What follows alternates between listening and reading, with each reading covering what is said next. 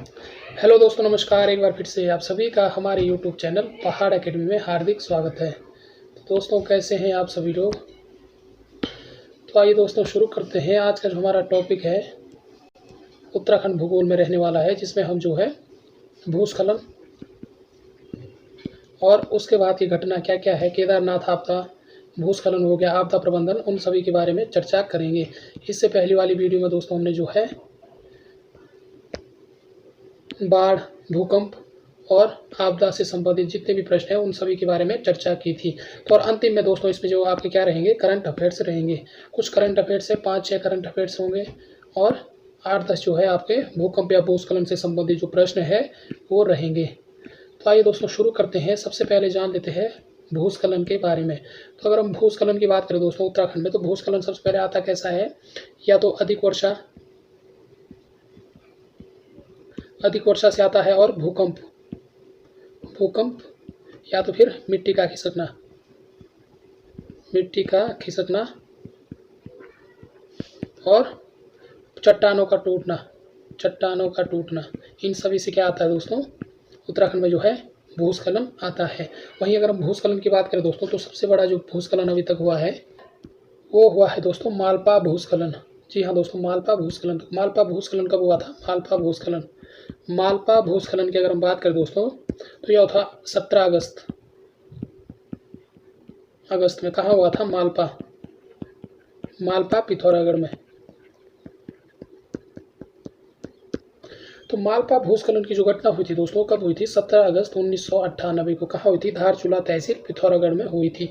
इसमें जो दोस्तों 180 जो है 160 जो है मानसरोवर यात्री थे। जो है इस भूस्खलन में जो है मृत्यु कितनी हुई? 5 गाइड शहीद जो है इसमें, 5 गाइड शहीदों की जो है 5 गाइड जो इसमें शहीद हुए। और यहाँ पर एक साधु की जो है दोस्तों इसमें मृत्यु हुई। और मजदूरों की संख्या कितनी थी? इसमें 19 मजदूर थे और 8 आईटीबीपी के जवान और 4 लोक निर्माण वाले और 16 जो है मालपा गांव के लोग थे, जिनकी मृत्यु जो है इसमें हुई थी। वहीं अगर हम बात करें दोस्तों, तो इसमें जो है 32 जो है गुंजी व बूंदी के जो लोग थे, कितने थे? गुंजी व बूंदी के जो लोग थे कितने थे? इनकी संख्या 32 थी। यह भी जो दोस्तों इसमें मारे गए। और 32 जो है नेपाल के निवासी थे, यानी कि नेपाल के जो थे, नेपाल के लोग थे, 32 थे, उनकी जो है इसमें मृत्यु हुई। और प्रोतिमा बीबी जो किसकी पत्नी है दोस्तों? कबीर बेबी की पत्नी है, का भी इसमें देहांत हुआ। तो यह आपदा दोस्तों जो है, यह भूस्खलन तो जो है दोस्तों काफ़ी ज़्यादा खतरनाक था। तो इसमें जो है काफ़ी लोगों की जो है इसमें जान गई थी। तो अब बात करते हैं दोस्तों, जो नैनीताल में भूस्खलन हुआ था, कब हुआ था? नैनीताल की अगर हम बात करें, अगर नैनीताल की भूस्खलन की बात करें दोस्तों, तो नैनीताल ये कब हुआ था? 1880 और 1886 में यहाँ पर जो है भूस्खलन आया था।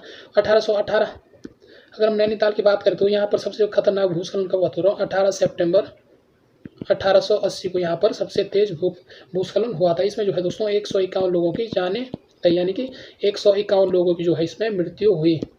और यह जो भूस्खलन दोस्तों कहाँ पर आया था? शेर का डांडा में जो है दोस्तों यह भूस्खलन आया था, जिसमें जो है 151 लोगों की मृत्यु हुई थी। अगर हम बात करें दोस्तों विरही गंगा के भूस्खलन की बात करें, विरही गंगा में जो भूस्खलन हुआ था दोस्तों, कब हुआ था? 6 सितंबर 1893 को। कब हुआ था? 6 सितंबर 1893 को जो है इसमें भूस्खलन हुआ था। वहीं अगर हम बात करें दोस्तों रैनी गांव में भूस्खलन, तो रैनी गांव में कब हुआ? रैनी गांव कहाँ पर? चमोली। इसमें भूस्खलन कब हुआ दोस्तों? 1968 में जो है यहाँ पर भूस्खलन हुआ था। और उत्तरकाशी ज्ञानसू कस्बे में कब हुआ था? उत्तरकाशी ज्ञानसू। तो कब आया था दोस्तों यहाँ पर भूस्खलन जो आया था? 1980 में आया था। कब आया था? 1980 में। और बेरीनाग की बात करें दोस्तों, तो बेरीनाग भूस्खलन तो बेरीनाग कहाँ पर है दोस्तों? इसको आपने कमेंट में करना है। इसकी अगर हम बात करें तो यह कब हुआ था? 1996 में। कब आया था भूस्खलन दोस्तों बेरीनाग में? 1996 में, जिसमें जो है दोस्तों 18 लोगों की जो है इसमें मृत्यु हुई। कितने लोगों की? 18 लोगों की इसमें मृत्यु हुई। और इसमें 2 गांव जो दोस्तों है बेरीनाग के, बेलकोट और रौतेली, ये जो दो गांव है दोस्तों बेरीनाग के, इन दोनों का अस्तित्व जो है समाप्त हो गया इस भूस्खलन में। जो भूस्खलन आया था 1996 में, कहाँ पर, बेरीनाग में। इसमें जो इसके दो गांव थे बेलकोट और रोतेली, इन दोनों का जो है अस्तित्व ही समाप्त हो गया। तो अब बात करते हैं दोस्तों ऊखीमठ। अगर हम ऊखीमठ की बात करें, ऊखीमठ की बात करें दोस्तों, तो यहाँ पर जो भूस्खलन की घटना हुई थी 11 से 18 अगस्त 1998 को जो है यहाँ पर भूस्खलन आया था। तो इसे भी आपको नोट करते हुए चलना है। इसमें जो है कौन कौन सी जो नदियाँ हैं दोस्तों, किसमें बाढ़ आ गई, ये जो है दोस्तों मंदाकिनी, ऊखीमठ के मंदाकिनी, मधुगंगा और सरस्वती में जो है बाढ़ आ गई। और इसमें अगर बात करें दोस्तों, तो इसमें जो है कितने लोगों की जान चली गई, इसमें जो है 105 लोगों की मृत्यु हुई। कितने लोगों की मृत्यु हुई दोस्तों, 105 लोगों की इसमें मृत्यु हुई। और 8000 से भी अधिक लोग जो है इसमें प्रभावित हुए। प्रभावित कितने हुए दोस्तों, 8000 लोग से भी अधिक, और 105 लोगों की जो है इसमें मृत्यु हुई। वहीं अगर हम बात करें तो जो ऊखीमठ के जो दो गांव है दोस्तों भेंटी, कौन कौन से, भेंटी प्लस दूसरा है पंडार या पोंडार, इन दोनों गांव का जो है दोस्तों इसमें जो है अस्तित्व समाप्त हो गया। इन दोनों गांव का जो है अस्तित्व समाप्त हो गया। तो इसे भी आपको नोट कर लेना है। कुछ और भी भूस्खलन है दोस्तों, कुछ और भी है जहां पर भूस्खलन आया था। टिहरी में कब आया था, टिहरी की बात करें तो 1998 में। वहीं अगर हम बात टिहरी पूड़ा केदार में कब आया था, यहाँ पर आया था दोस्तों 2002 में। और वर्णावत पर्वत यहाँ पर जो है 2003 में जो है भूस्खलन आया था। और लाम बगड़, पीपल कोटी,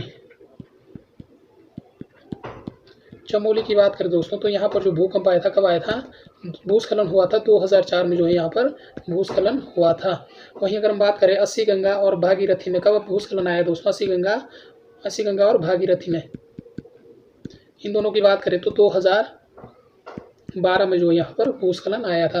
तो इनको भी आपको नोट करते हुए चलना है। अब बात करते हैं दोस्तों आपदा प्रबंधन की। अगर हम आपदा प्रबंधन की बात करें, दोस्तों आपदा प्रबंधन की उत्तराखंड में, तो उत्तराखंड में जो है प्राकृतिक आपदाओं से निपटने के लिए जो है राज्य सरकार में जो है ऑस्ट्रेलियाई मॉडल पर, किस मॉडल पर दोस्तों, ऑस्ट्रेलियाई मॉडल पर जो है आपदा प्रबंधन मंत्रालय तथा आपदा प्रबंधन मंत्री की अध्यक्षता में, आपदा प्रबंधन मंत्रालय द्वारा और आपदा प्रबंधन मंत्री की अध्यक्षता में जो दोस्तों आपदा प्रबंधन एवं प्राधिकरण केंद्र, किसकी स्थापना की गई, आपदा प्रबंधन एवं प्राधिकरण केंद्र और राज्य आपदा प्रबंधन एवं न्यूनीकरण केंद्र तथा राज्य आपदा प्रतिक्रिया निधि और दोस्तों राज्य आपदा न्यूनीकरण की स्थापना की गई, न्यूनीकरण निधि की स्थापना की गई, राज्य आपदा न्यूनीकरण निधि की स्थापना की गई। किसके द्वारा दोस्तों, आपदा प्रबंधन मंत्रालय द्वारा और आपदा प्रबंधन मंत्री की अध्यक्षता में जो है राज्य में जो है आपदा प्रबंधन एवं प्राधिकरण केंद्र, राज्य आपदा प्रबंधन एवं न्यूनीकरण केंद्र तथा राज्य आपदा प्रतिक्रिया निधि और राज्य आपदा न्यूनीकरण की स्थापना की गई। अब बात करते हैं दोस्तों, अगर हम बात करें राष्ट्रीय आपदा प्रबंधन प्राधिकरण, इसे क्या कहेंगे दोस्तों, इसे इंग्लिश में क्या कहेंगे, नेशनल डिजास्टर मैनेजमेंट एक्ट। इसकी जो स्थापना की गई दोस्तों, कब की गई, यानी कि आपदा प्रबंधन अधिनियम 2005 के तहत, आपदा प्रबंधन अधिनियम 2005 के तहत जो है इसकी स्थापना 27 सितंबर कब की गई दोस्तों, 27 सितंबर 2006 को जो है इसकी स्थापना की गई। किसकी, राष्ट्रीय आपदा प्रबंधन प्राधिकरण, यानी कि नेशनल डिजास्टर मैनेजमेंट एक्ट। अगर हम इसकी बात करें दोस्तों, तो इसका अध्यक्ष कौन होता है, इसका जो अध्यक्ष होता है प्रधानमंत्री जो है इसका अध्यक्ष होता है, कौन, प्रधानमंत्री जो है इसका अध्यक्ष होता है। और इसका जो उपाध्यक्ष है दोस्तों वो जो है मनोनीत किया जाता है। अगर हम इसमें सदस्य संख्या की बात करें दोस्तों, तो सदस्य कितने होते हैं इसमें जो टोटल 9 सदस्य होते हैं, कितने होते हैं, 9 सदस्य होते हैं। 2020 के प्राधिकरण के बाद जो है इसमें जो है 5 अन्य सदस्य रखे गए हैं। इसमें टोटल कितने सदस्य होते हैं दोस्तों? 9 सदस्य होते हैं, जिनमें से अध्यक्षता कौन करता है? प्रधानमंत्री करता है। और उपाध्यक्ष कौन होता है इसका जो उपाध्यक्ष होता है दोस्तों, इसका जो उपाध्यक्ष कौन होता है? उपाध्यक्ष जो है एक सदस्य मनोनीत किया जाता है। और टोटल जो सदस्य होते हैं उसमें कितने होते हैं? 9 सदस्य होते हैं। तथा 2020 से जो है दोस्तों 5 इसमें अन्य सदस्य रखे गए हैं। 23 दिसंबर 2005 को भारतीय आपदा प्राधिकरण के तहत जो है किसका गठन किया है? प्रधानमंत्री की अध्यक्षता में जो है दोस्तों नेशनल यानी कि राष्ट्रीय आपदा प्राधिकरण अधिनियम, नेशनल डिजास्टर मैनेजमेंट एक्ट, जिसे हम हिंदी में कहें दोस्तों राष्ट्रीय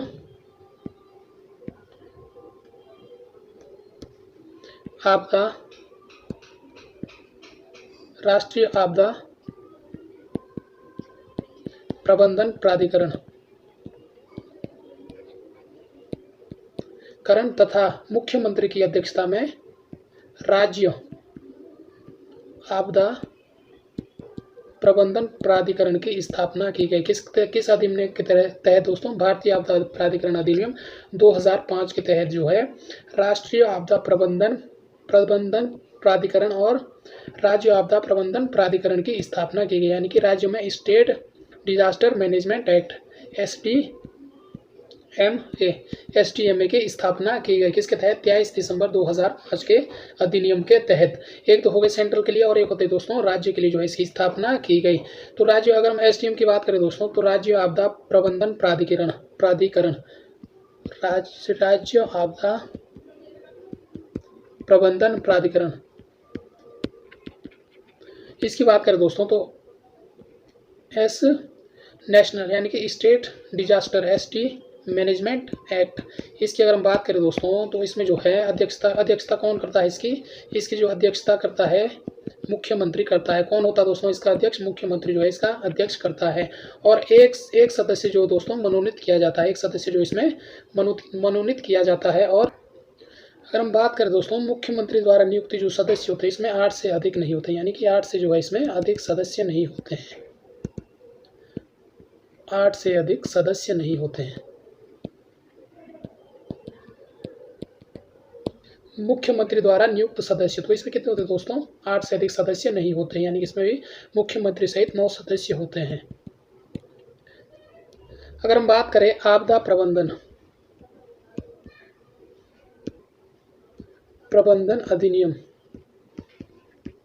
अधिनियम की बात करें दोस्तों तो इसमें जो है कितने अध्याय और कितनी धाराएं हैं? इसमें जो है 11 अध्याय है। कितने अध्याय है दोस्तों? 11 अध्याय है। और धाराएं की बात करें दोस्तों, धाराएं कितनी? इसमें 79 धाराएं हैं। कितनी धाराएं हैं? 79 धाराएं हैं।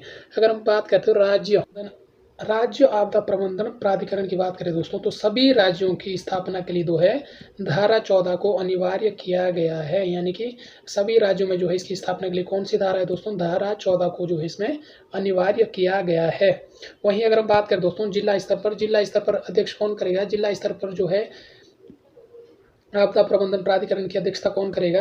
तो ये करेगा दोस्तों मजिस्ट्रेट या कलेक्टर। कौन करेगा? मजिस्ट्रेट या कलेक्टर जो है जिला स्तरीय आपदा प्राधिकरण की अध्यक्षता करेगा। मजिस्ट्रेट या कलेक्टर जो है इसकी अध्यक्षता करेगा जिला स्तर पर। तो बात करते हैं दोस्तों अब जो है महत्वपूर्ण प्रश्न है उनसे जो है आपको सभी प्रश्नों के उत्तर और आपदा से संबंधित जितने भी है सभी प्रश्नों के आपको इसमें उत्तर मिल जाएंगे। तो प्रश्न नंबर 1 है हमारा दोस्तों कि प्राकृतिक आपदाओं से निपटने के लिए राज्य सरकार द्वारा आपदा प्रबंधन मंत्रालय का गठन किस मॉडल की तर्ज पर किया गया? तो किस मॉडल की तर्ज पर किया गया दोस्तों? यानी कि ऑप्शन नंबर ए हमारा इसका बिल्कुल राइट आंसर रहेगा। ऑस्ट्रेलियाई मॉडल की तर्ज पर जो है इसका गठन किया गया है। वहीं अगर हम बात करें प्रश्न नंबर 2 है कि राज्य स्तरीय आपदा प्रबंधन का आपातकालीन नंबर क्या है? तो राज्य स्तरीय आपातकालीन नंबर क्या है दोस्तों? 1077, 1070, 1072 या 1050। अगर हम राज्य स्तरीय आपातकालीन नंबर की बात करें दोस्तों तो कौन सा है? 1077 जो है राज्य स्तरीय 1070 होगा दोस्तों। 1077 नहीं 1070, यानी कि 1070 जो है राज्य स्तरीय आपदा प्रबंधन का आपातकालीन नंबर है, यानी कि टोल फ्री नंबर है। कौन सा? 1070। ऑप्शन नंबर बी इसका राइट आंसर है। वहीं अगर हम 1077 की बात करें दोस्तों, तो यह है जनपद स्तरीय आपातकालीन नंबर। जनपद स्तरीय आपातकालीन नंबर है यह, आपातकालीन नंबर। तो अगला हमारा प्रश्न दोस्तों, प्रश्न नंबर 3 की अगर बात करें तो राज्य सरकार ने नदी तटों के किनारे सुरक्षा की दृष्टि से 200 मीटर तक की दूरी पर जो है निर्माण कार्यों में रोक लगा दी है। कब से लगाई दोस्तों? जो है सड़क के निर्माण में 200 मीटर तक जो है किस लिए? क्षतिग्रस्त से बाढ़ से बचने के लिए जो है निर्माण कार्य में रोक लगा दी गई है। तो कब से दोस्तों? 1 जुलाई 2001 से 9 अक्टूबर 2001 से या 1 अगस्त 2001 से, या इनमें से कोई नहीं। तो इसका राइट आंसर क्या रहेगा दोस्तों? यानी कि ऑप्शन नंबर इसका बिल्कुल राइट आंसर रहेगा। अगला हमारा प्रश्न दोस्तों, प्रश्न नंबर 4 के राज्य में एनडीआरएफ के तर्ज पर एसडीआरएफ का गठन किया गया है। तो कब किया गया है? वही एनडीआरएफ के तर्ज पर एसडीआरएफ, एनडीआरएफ यानी कि एनडीआरएफ की फुल फॉर्म क्या होती है दोस्तों? नेशनल। अगर हम एनडीआरएफ की बात करें दोस्तों, एनडीआरएफ का होता है एनडीआरएफ। इसकी स्थापना की बात की थी दोस्तों हमने 23 सितंबर 2006 को जो है इसकी स्थापना हुई थी, यानी कि 2005 के अधिनियम के तहत। अगर हम इसकी बात करें तो एनडीआरएफ का जो पूरा नाम होता है, इसे क्या कहते हैं दोस्तों? राष्ट्रीय आपदा अनुक्रिया बल। इसे कहते हैं दोस्तों राष्ट्रीय आपदा अनुक्रिया बल की जो है इसे कहते हैं। और इंग्लिश में क्या कहते हैं दोस्तों? National disaster response force. क्या कहते हैं दोस्तों? रिस्पॉन्स फोर्स के नाम से जो है इसे जाना जाता है, यानी कि राष्ट्रीय आपदा अनुक्रिया बल। तो इसके अगर मुख्यालय की बात करें दोस्तों, मुख्यालय एनडीआरएफ का मुख्यालय कहाँ पर है? इसका मुख्यालय है दोस्तों नई दिल्ली। कहाँ पर है? नई दिल्ली में जो है इसका मुख्यालय है। तो इसे भी आपको नोट कर लेना है। तो अगर हम बात करें दोस्तों, तो राज्य में एनडीआरएफ की तर्ज पर जो है एसडीआरएफ का गठन किया गया। अगर हम एसडीआर की बात करें दोस्तों, एसडीआरएफ का पूरा नाम क्या है? एसडीआरएफ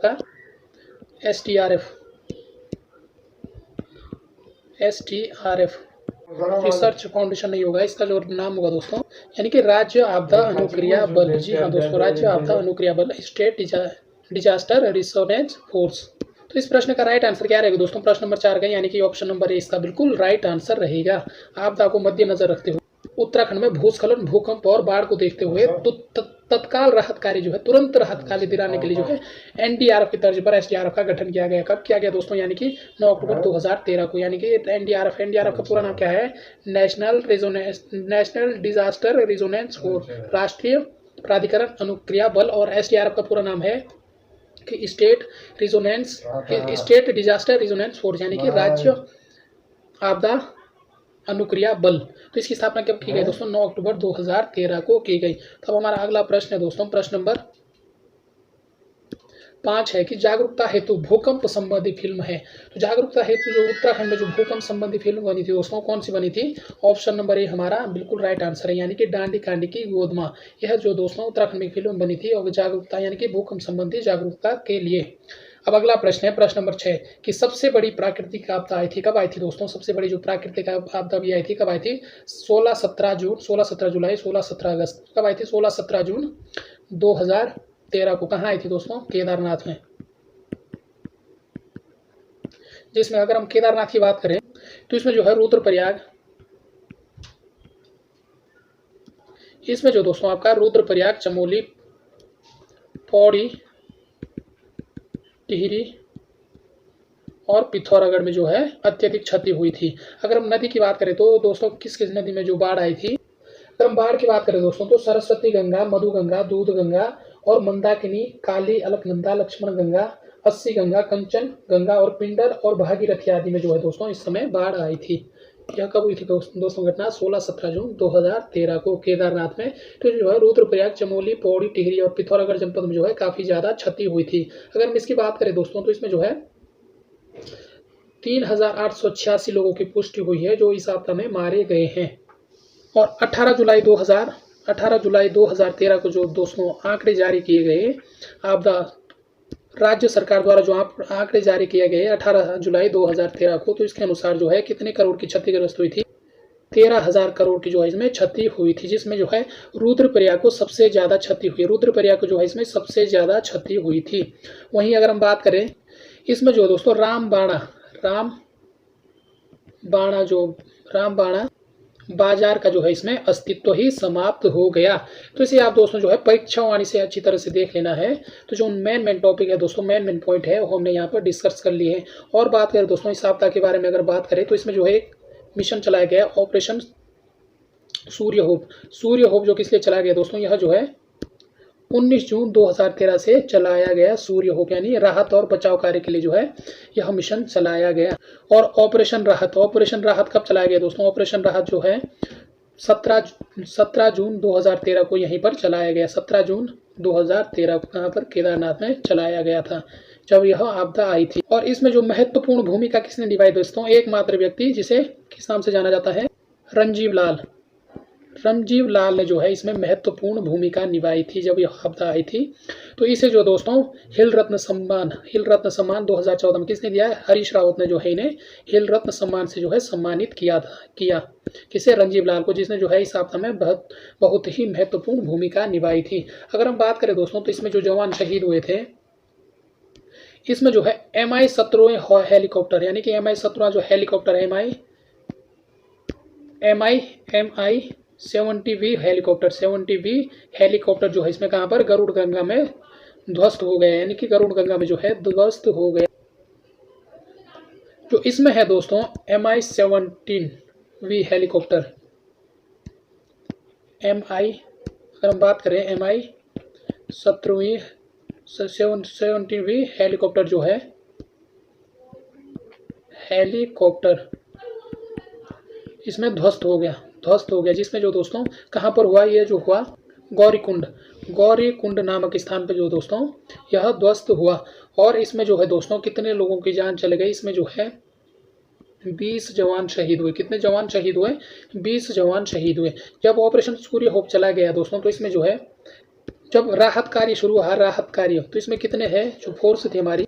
तो वायुसेना की बात करें तो वायुसेना के कितने जवान थे? 6,000 जवान थे जब राहत कार्य शुरू किया गया 17 जून से जब राहत कार्य शुरू हुआ। तो इसमें वायुसेना के कितने थे? 6,000 जवान लगभग। और ITBP की बात करें दोस्तों, ITBP तो इसके कितने जवान थे? 1500 जवान थे। और NDRF, SDRF और BRO, ये सभी जो है दोस्तों इन सभी के द्वारा और पुलिस द्वारा जो है यह राहत कार्य कब तक चला गया? 2 जुलाई तक जो है यह कार्य चला, यानी कि 17 जून से 2 जुलाई तक जो है दोस्तों यह कार्य चला था। अब आते दोस्तों नेक्स्ट हमारा अगला जो प्रश्न है,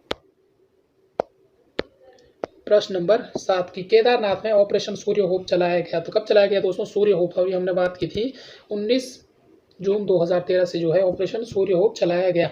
और प्रश्न नंबर 8 है कि पिथौरागढ़ की मालपा में बादल फटने की घटना कब घटित हुई? तो कब घटित हुई दोस्तों? 17-18 अगस्त 1998 की, 17-18 अगस्त 1996, 99 या 99। अभी हमने बात की थी दोस्तों, तो कब हुई थी? 17-18 अगस्त 1998 के जो यहाँ पर बादल फटने की घटना हुई। तो यह जो है काफ़ी बड़ी आपदा थी, इसके बारे में हमने जो है डिस्कस किया था। तो अब बात करते हैं दोस्तों करंट अफेयर्स की। ये था दोस्तों आपका आपदा प्रबंधन से, और आपको जो है परीक्षावाणी लेनी है और उससे जो है इस टॉपिक को कंप्लीट करना है।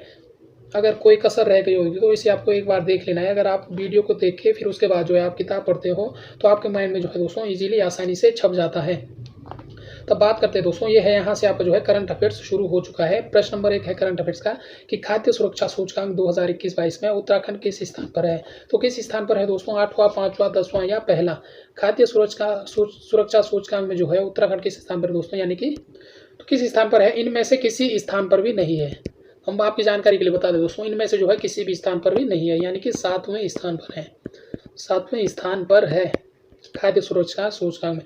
अगर हम बात करें तो जो विश्व खाद्य दिवस मनाया जाता है दोस्तों, विश्व खाद्य दिवस कब मनाया जाता है? 7 अप्रैल को मनाया जाता है। 7 अप्रैल 2022 को जो है यह रिपोर्ट जारी की किसके द्वारा? मनसुख, जो खाद्य मंत्री है मनसुख वाडिया।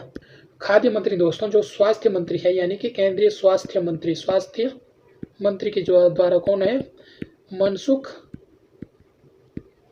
वाडिया, इनके द्वारा दोस्तों यह रिपोर्ट जारी की गई विश्व खाद्य दिवस के अवसर पर 7 अप्रैल 2022 को। तो इसमें जो है उत्तराखंड की बात करें तो यह 7वें स्थान पर है। वहीं अगर हम पहले स्थान की बात करें दोस्तों, तो पहला स्थान किसका है? तमिलनाडु है। पहला किसका है दोस्तों? पहला जो है, ये बड़े राज्यों की बात कर रहे हैं, बड़े राज्यों में जो है पहला स्थान किसका है दोस्तों? तमिलनाडु। अगर दूसरे स्थान की बात करें तो इसका कितना अंक है दोस्तों? यानी 82 अंकों के साथ जो है यह पहले स्थान पर है। अगर हम दूसरी बात करें, गुजरात दूसरे स्थान पर कौन है दोस्तों? गुजरात। गुजरात की बात करें तो यानी कि 77.5 अंकों के साथ यह दूसरे स्थान पर है। वहीं अगर हम बात करें दोस्तों तो तीसरे स्थान पर कौन सा है? महाराष्ट्र। महाराष्ट्र जो है इसका अंक क्या है? 70 अंकों के साथ जो है दोस्तों यह तीसरे स्थान पर है बड़े राज्यों के क्रम में, बड़े राज्यों के क्रम में। और बड़े राज्यों के क्रम में अगर बात करें दोस्तों तो उत्तराखंड का कितना है? उत्तराखंड जो है कितना है दोस्तों? 55वें अंक के साथ 7वें स्थान पर है। अब बात करते हैं छोटे राज्यों के क्रम में। तो छोटे राज्यों के क्रम में दोस्तों बात करें तो सबसे पहला स्थान है गोवा का। किसका है? गोवा का। और दूसरा स्थान किसका है? मणिपुर। और तीसरे की बात करें दोस्तों तो किसका है? सिक्किम का जो है तीसरा स्थान है। इसे आप अच्छे से नोट कर लेना क्योंकि काफ़ी ज़्यादा इंपॉर्टेंट है। अब बात करते हैं केंद्र शासित प्रदेश में। अगर हम केंद्र शासित प्रदेश की बात करें तो पहले स्थान पर कौन है? केंद्र शासित प्रदेश में जो है पहला स्थान है किसका? जम्मू कश्मीर का, जम्मू कश्मीर।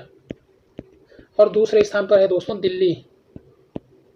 और तीसरे स्थान पर क्या है आपका? तीसरे स्थान पर है चंडीगढ़। तो ये है दोस्तों खाद्य सुरक्षा सूचकांक, विश्व खाद्य सुरक्षा सूचकांक, जो तो 7 अप्रैल को जो है विश्व खाद्य दिवस मनाया जाता है। इसे आपको नोट कर लेना है। तो अगला हमारा प्रश्न है दोस्तों, प्रश्न नंबर 2 कि 2 जून को मुख्यमंत्री पुष्कर सिंह धामी द्वारा डॉक्टर नित्यानंद हिमालय सूर्य अध्ययन केंद्र 2 जून को मुख्यमंत्री पुष्कर सिंह धामी द्वारा डॉक्टर नित्यानंद हिमालय शोध होगा दोस्तों, सूर्य नहीं होगा, शोध एवं अध्ययन केंद्र का लोकार्पण किया। तो यह किस परिसर में है? तो किस परिसर में दोस्तों? यानी कि 2 जून को इसका लोकार्पण किया तो किस परिसर में? यह है दून, देहरादून या टिहरी, उत्तरकाशी या चमोली। तो किस में है दोस्तों? ऑप्शन नंबर है, यानी कि यह जो है देहरादून के विश्वविद्यालय में स्थित है। देहरादून विश्वविद्यालय परिसर में स्थित है, विश्वविद्यालय परिसर में स्थित है। तो अगला हमारा प्रश्न है दोस्तों, प्रश्न नंबर जो 3 है कि हाल ही में सुप्रीम कोर्ट ने फिल्म मारवाड़ी बाईपास को हरी झंडी प्रदान की है। यह किस जनपद में है? तो सुप्रीम कोर्ट ने दोस्तों जो है मारवाड़ी बाईपास को हरी झंडी प्रदान की है। तो यह किस स्थान पर है दोस्तों? चमोली, टिहरी, देहरादून या उत्तरकाशी। तो किस स्थान पर यह है दोस्तों? चमोली स्थान पर है। तो पहले मारवाड़ी जो बाईपास है दोस्तों, पहले जो है जोशीमठ से जो है कहाँ जाना पड़ता था? मारवाड़ी होते हुए बद्रीनाथ जाना पड़ता था, बद्रीनाथ। तो इन तीनों के बीच में कितनी दोस्तों? यानी कि लगभग 20 किलोमीटर की जो है दूरी थी जोशीमठ और मारवाड़ी के बीच में। तो जो है जो मारवाड़ी जो बाईपास बनाया गया दोस्तों, यह जो है सीधे जोशीमठ को बद्रीनाथ से जोड़ता है। किसको? जोशीमठ को जो है दोस्तों यह सीधे बद्रीनाथ से जोड़ता है। तो जोशीमठ और बद्रीनाथ को जोड़ता है। तो इस दोनों के बीच में कितने की दूरी रह गई दोस्तों? यानी कि 20-30 किलोमीटर की दूरी कम हो गई। 30 किलोमीटर की दूरी जो है बद्रीनाथ जाने के लिए यहाँ पर कम हो गई है। तो यह कहाँ है दोस्तों? चमोली। तो यह प्रश्न है दोस्तों कि सुप्रीम कोर्ट ने फिल्म मारवाड़ी ने हेलंग मारवाड़ी को जो है बाईपास को हरी झंडी प्रदान की गई है। तो यह जो है किस स्थान में है? यानी कि चमोली में स्थित है। अगर हम इसकी बात करें दोस्तों तो पहले जो है जोशीमठ से जो कहाँ जाना पड़ता है दोस्तों? मारवाड़ी तक जाना पड़ता था। लगभग इन दोनों के बीच में हेलंग होते हुए मारवाड़ी जाना पड़ता था। तो इन दोनों के बीच में कितनी थी? लगभग 20 किलोमीटर तक की दूरी थी।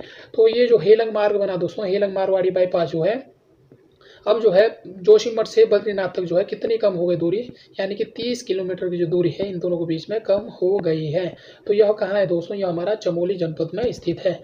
अब बात करते हैं, अगला हमारा प्रश्न है प्रश्न नंबर 4 कि 5 मई 2022 को उत्तर प्रदेश के मुख्यमंत्री योगी आदित्यनाथ और उत्तराखंड के मुख्यमंत्री धामी ने 21 साल पुराना विवाद सुलझा दिया। यह जिसके तहत क्या किया गया दोस्तों?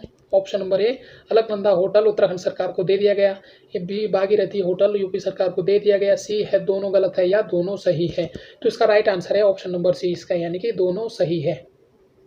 तो जो विवादित रहा जो दोस्तों त्रिवेंद्र सिंह रावत और योगी आदित्यनाथ के बीच में, यह काफ़ी पहले से विवाद चल रहा था। तो इसको जो है किसने सुलझा दिया दोस्तों, मुख्यमंत्री धामी ने जो है 21 साल पुराना यह विवाद सुलझा दिया है, जिसके तहत जो है अलकनंदा जो होटल है उसे किसको दे दिया गया दोस्तों, उत्तराखंड सरकार को, जबकि भागीरथी होटल यूपी सरकार को दे दिया गया है। अगर हम भागीरथी होटल की बात करें दोस्तों, तो यह जो है उत्तराखंड की ज़मीन पर ही बना है, यानी कि उत्तराखंड की ज़मीन पर ही यह बना है, जो किसे दे दिया गया, यूपी सरकार को दे दिया गया है। तो जो यूपी सरकार को दे दिया गया दोस्तों, यह है हरिद्वार में। हरिद्वार, ये अगर बात करें दोस्तों तो इसकी लागत कितने है, लागत कितने में बना है, 43.26 करोड़, 43.26 करोड़ की लागत से यह बना है। तो इस पर्यटक आवास गृह में कितने कमरे दोस्तों, पर्यटक आवास गृह में जो है इसमें जो है 100 कमरे हैं। कितने हैं, 100 कमरे हैं, जो यूपी सरकार को दे दिया गया है। तो अगला हमारा प्रश्न है दोस्तों, प्रश्न नंबर 5 है कि पलायन को रोकने के लिए हर योजना नहीं होगा दोस्तों, हिम प्रहरी योजना, पलायन को रोकने के लिए हिम प्रहरी योजना की शुरुआत की गई। तो कब की गई, 5 अप्रैल 2022 को, 6 अप्रैल 2022 को या 5 मई 2022 को, यानी कि 5 अप्रैल 2022 को। ऑप्शन नंबर ए हमारा इसका राइट आंसर रहेगा। तो कहाँ पर की दोस्तों, नई दिल्ली में जब बैठक हुई थी, जिसमें जो है प्रधानमंत्री नरेंद्र मोदी और केंद्रीय गृह मंत्री अमित शाह टाइम जो उन्होंने दोस्तों शिष्टाचार भेंट की, उसी टाइम जो दोस्तों जो है इस योजना की शुरुआत की गई। इसके तहत जो उत्तरकाशी, टिहरी, पिथौरागढ़ और रुद्रप्रयाग इस प्रकार के क्षेत्र है जिनमें जो है पलायन हो रहा है, उनको रोकने के लिए जो दोस्तों उनमें गांव विकसित करने के लिए इस प्रहरी योजना की शुरुआत की है। तो किसने की दोस्तों, उत्तराखंड सरकार ने। कब की, 5 अप्रैल 2022 को। तो अगला हमारा प्रश्न है, प्रश्न नंबर 6 कि हाल ही में नीति आयोग के द्वारा जारी राज्य ऊर्जा और जलवायु सूचकांक में राउंड 1 से संबंधित रिपोर्ट में उत्तराखंड की रैंक है। तो कितनी रैंक है दोस्तों, राज्य ऊर्जा और जलवायु सूचकांक में। तो इसकी रैंक की बात करें दोस्तों, कितनी है, 5वीं रैंक पर है। कितने रैंक पर है दोस्तों, उत्तराखंड 5वीं रैंक पर है। अगर पॉइंट की बात करें तो कितना है, 46.5 पॉइंट है। कितना है, 46.5 पॉइंट के अनुसार इसकी जो रैंकिंग है 5वीं रैंकिंग है। और इसी के तहत दोस्तों नीति आयोग के द्वारा जो राज्य ऊर्जा और जलवायु सूचकांक राउंड 1 से संबंधित जो है, इसी के तहत जो है उत्तराखंड को फ्रंट रनर्स की श्रेणी में रखा गया। किस रनर्स की श्रेणी में, फ्रंट रनर्स की श्रेणी में रखा गया है। तो ये है दोस्तों उत्तराखंड से जो महत्वपूर्ण करंट अफेयर्स है, यह हमारे जो है अप्रैल से लेकर जुलाई तक जो महत्वपूर्ण करंट अफेयर्स है दोस्तों, 5 प्रश्न जो है आपके पिछली वीडियो में आए थे और 6 प्रश्न ये है। इसी प्रकार जो है अगले भी वीडियो में जो है आपको उत्तराखंड के प्रश्न आएंगे। उसके बाद हम जो है जो भारत के जो इम्पोर्टेंट जो MCQs रहेंगे, जो करंट अफेयर्स रहेगा, वर्ल्ड का रहेगा, उस सभी के बारे में चर्चा करेंगे। तो इस वीडियो में दोस्तों आपके लिए फिलहाल इतना ही। तो मिलते हैं नेक्स्ट वीडियो में। नेक्स्ट जो हमारी वीडियो रहेगी उसमें हम जो है उत्तराखंड का जो शासन प्रशासन है, पॉलिटी है, उसे कवर करते हुए चलते हैं। और 4 लेक्चर्स इसके हो गए दोस्तों, और 4 लेक्चर जो हम उसके कवर करते हुए साथ साथ में चलते हैं। तो मिलते हैं दोस्तों नेक्स्ट वीडियो में। फिलहाल इस वीडियो में इतना ही। धन्यवाद।